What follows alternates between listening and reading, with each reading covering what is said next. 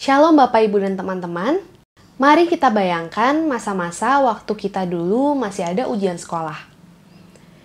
Waktu ujian sekolah, guru kita tentu sering berkata, Kalau waktunya sudah habis, kumpulkan kertas ujiannya ke depan. Selesai atau tidak selesai harus dikumpulkan. setelah waktu ujian habis, guru akan mengumpulkan lembar jawaban kita. Dan kita tidak akan diberi tambahan waktu, apapun alasannya. Selain itu, kalau ada anak murid yang ketahuan mencontek saat ujian, maka lembar jawabannya akan diambil dan dia akan diberikan nilai 0. Masa-masa ujian ini merupakan waktu yang sangat menegangkan buat kita, bukan? Hidup kita sekarang ini mirip sekali, bukan, dengan masa ujian itu? Waktu hidup kita pun terbatas.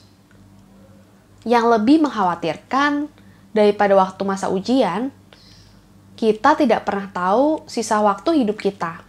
Kalau waktu ujian, kita pasti beritahu, ujian ini waktunya hanya 1 jam, 2 jam, 3 jam, atau hanya setengah jam. Tapi kalau tentang waktu hidup kita tidak diberitahukan apa-apa.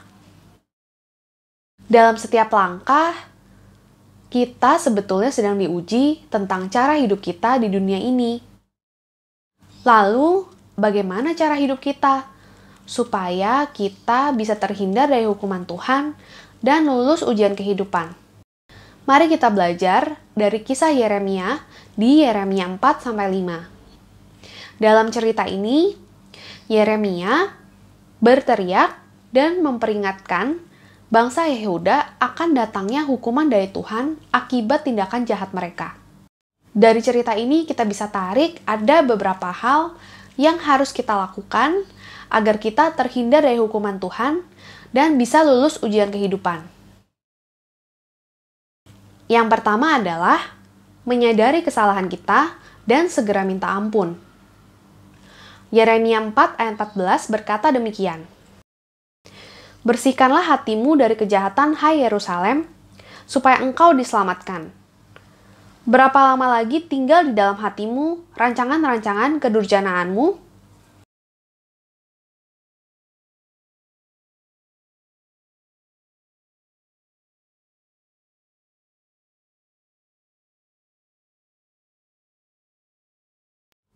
Di dunia semakin jahat ini, banyak orang hatinya sudah dibutakan oleh harta atau berhala lain.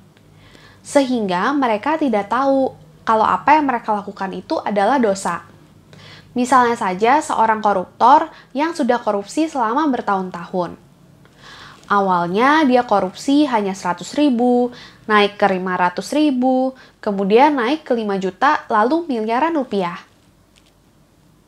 Ia sudah sangat terbiasa dan dia jadi tidak tahu dan tidak sadar kalau yang dia lakukan itu salah. Kita mungkin pernah dengar juga cerita tentang bapak yang memukuli istri dan anaknya. Awalnya mungkin dia memukuli istri dan anaknya karena dia frustasi akan kondisi ekonominya. Tapi lama-kelamaan dia jadi terbiasa dan dia membenarkan tindakannya karena dia merasa istri dan anaknya ini adalah sebab dia menjadi susah dan jadi suka memukul. Ada satu hal yang harus kita ingat. Jangan berkutat pada dosa. Pada waktu kita pertama kali melakukan suatu dosa, Tuhan tentu sudah memperingatkan kita lewat hati nurani kita. Jangan abaikan peringatan ini. Kita harus berhenti melakukan dosa itu saat itu juga. Dan jangan meneruskan perbuatan dosa itu. Mungkin kita kadang berpikir, Tuhan, saya cuma ambil 50.000 dari teman saya. Itu kan dosa kecil, Tuhan. Hati-hati. Dosa itu besar atau kecil, yang bisa mengukur hanyalah Tuhan. Ukuran betul hanya ukuran Tuhan, bukan ukuran kita.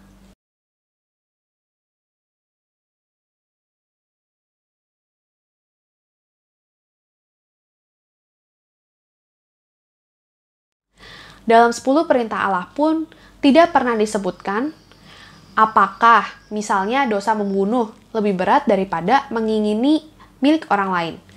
atau dosa tidak menghormati orang tua lebih berat daripada berzina.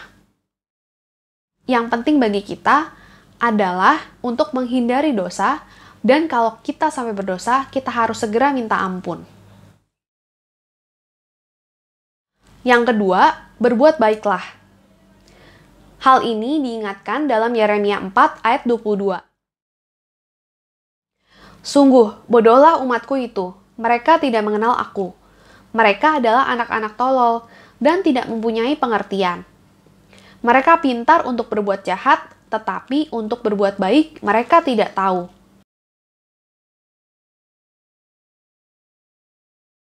Kita jelas tahu kalau membunuh, mencuri, berzina, dan menghina adalah hal yang jahat dan dosa. Tapi, apakah kita betul-betul tahu perbuatan-perbuatan apa yang termasuk dalam perbuatan baik?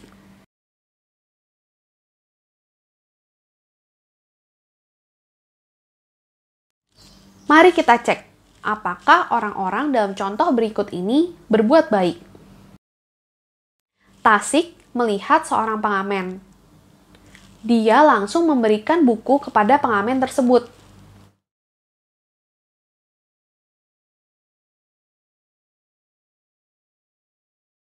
Bulada melihat seorang anak kecil menangis di pinggir jalan. Dia memberikan permen kepada anak itu dan dia langsung pergi.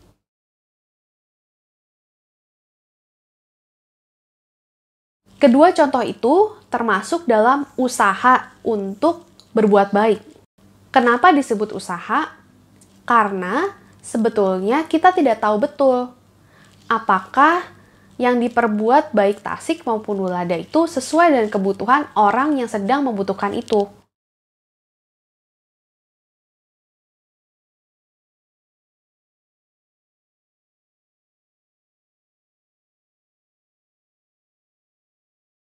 Mungkin saja pengamen yang diberikan buku oleh Tasik sebetulnya butuhnya makanan, minuman, atau uang.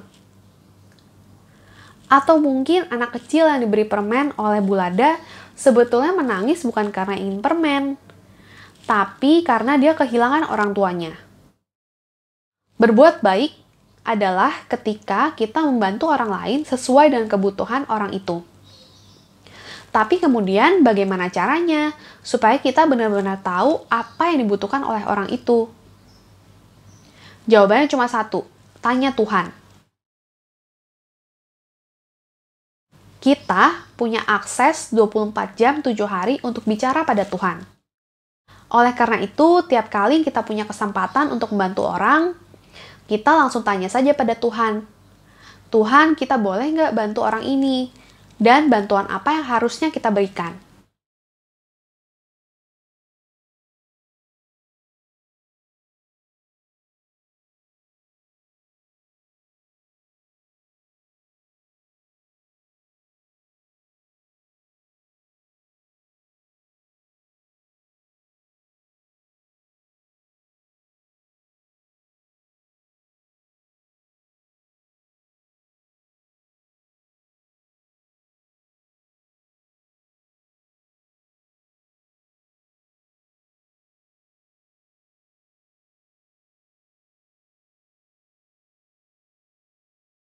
Yang ketiga adalah taat pada Tuhan.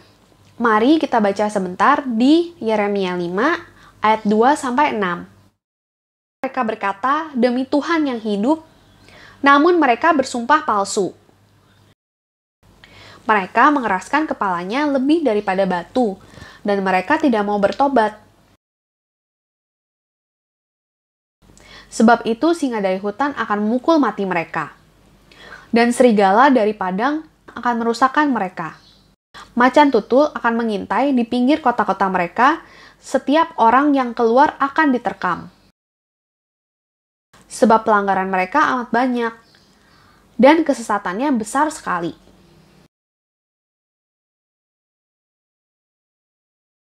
Di dalam cerita tadi, Yeremia menyayangkan orang-orang yang membawa nama Tuhan dalam ucapannya, tetapi dalam kehidupan sehari-harinya justru mereka keras kepala dan tidak taat pada Tuhan. Tidak taat sangat fatal akibatnya.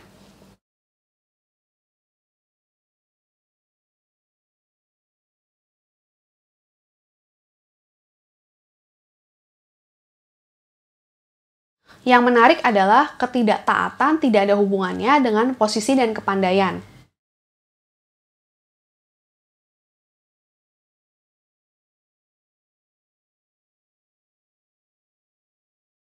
Semakin pandai dan semakin tinggi posisi seseorang, semakin banyak orang yang disesatkan kalau dia tidak taat pada Tuhan.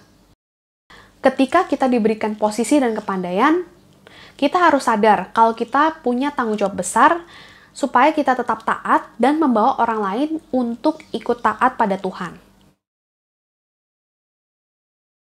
Yang keempat, ajak orang lain untuk menjalani jalannya Tuhan.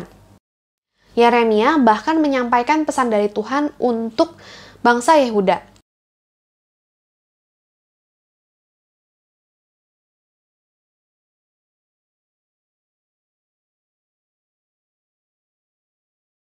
Yeremia disuruh Tuhan untuk meminta bangsa Yehuda supaya mereka menyesal, meratap, dan menangis agar mereka diampuni oleh Tuhan. Yeremia melakukannya dengan taat. Kita pun harusnya demikian. Kalau Tuhan meminta kita untuk memperingatkan orang lain, kita harus menyampaikannya pada orang lain itu. Yang penting adalah kita menyampaikan apa yang Tuhan minta kita untuk sampaikan, bukan respon orang yang kita sampaikan beritanya itu. Banyak nabi di Alkitab yang kisahnya seperti Yeremia ini. Mereka ditolak dan bahkan mereka melihat sendiri kalau apa yang mereka beritakan ini mungkin sia-sia.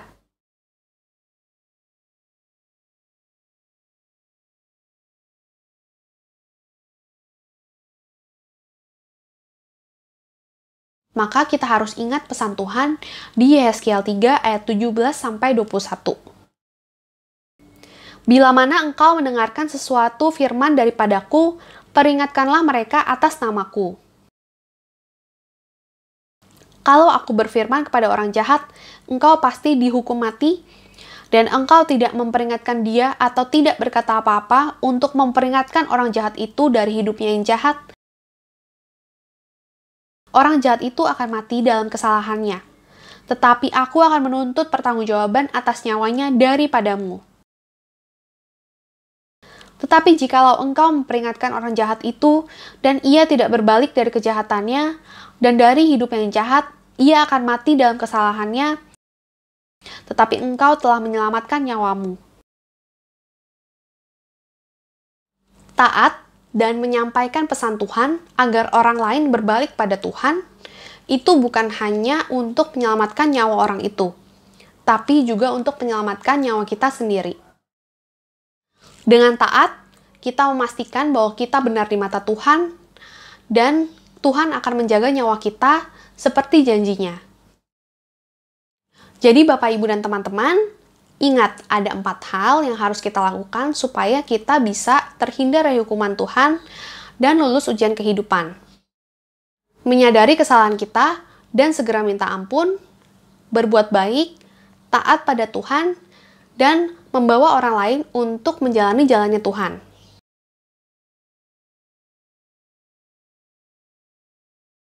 Yuk kita sama-sama berjuang supaya kita bisa lulus. Tuhan berkati.